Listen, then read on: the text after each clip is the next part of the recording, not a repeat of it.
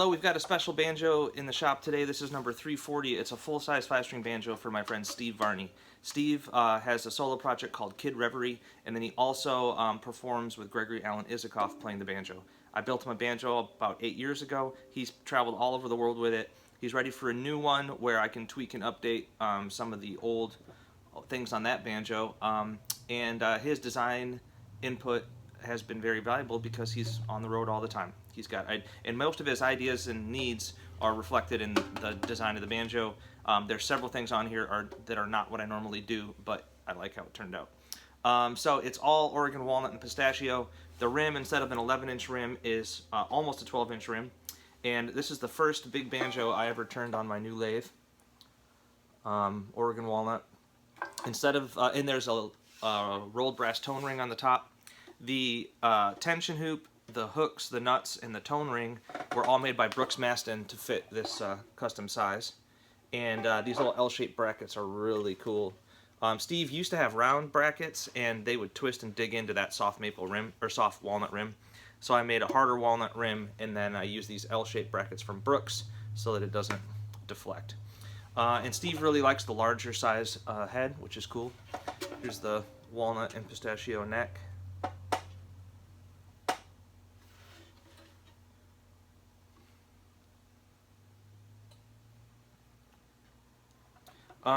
So also he needed a tailpiece that has some more downward pressure. So I sourced this hawktail tailpiece from Patrick from Balsam Banjo Works. You can crank it down and up a little bit to add more tension, although it's supposed to be set about an 1/8 inch above the tension hoop. Also, Steve does play clawhammer, but he plays lots of other styles of music too. He needed action that's right in the middle, not too high, not too low, so I hope we got that. He needed more frets than the last banjo, so I put more frets and then didn't put a scoop. We might change that later. I've been finding, though, that when I play clawhammer, this location has got lots of room to play. And part of what makes it nice is Brooks Maston makes the tension hoops so that there's not a cutout here which leaves two sharp pieces on either side. It's smooth across the top, so it feels like there's room for me. Also, Steve and I, when we first met, we were both... I had banjos that I made where we used magnetic pickups, so like an electric guitar pickup. And when you play it clean into a DI with a little reverb, it actually sounds more like a banjo than most microphones or DIs would. So Steve wanted another one like that. He plays at concert halls and big places all over the world, and he loves that setup.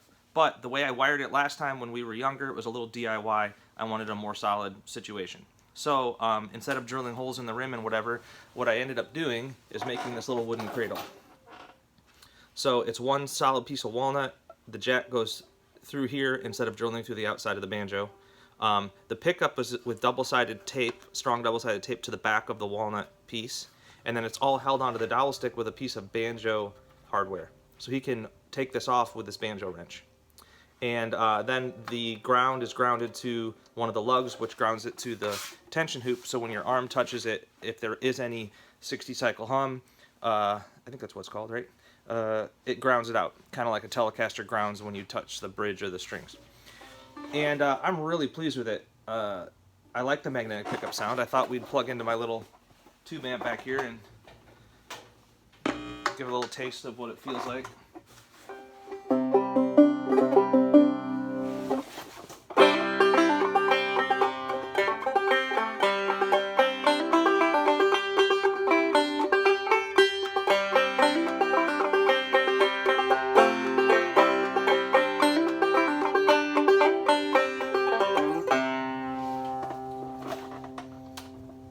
So, just like that, and then we'll go a little acoustic here too. So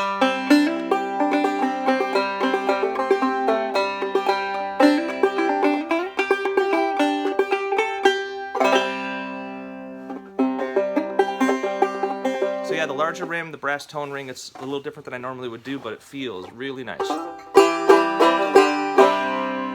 Except, especially the low strings, right? So I have been doing every detail on this for a couple weeks now, and I just got to get it out to Steve and see what he thinks. There's a lot of new stuff on this instrument, and it really pushed my mind to new places, and I think it'll inform future designs. I've been making just wood rim banjos, but the little brass ring on top is classic. It's solid. It sounds great, and I can't wait to hear what Steve comes up with.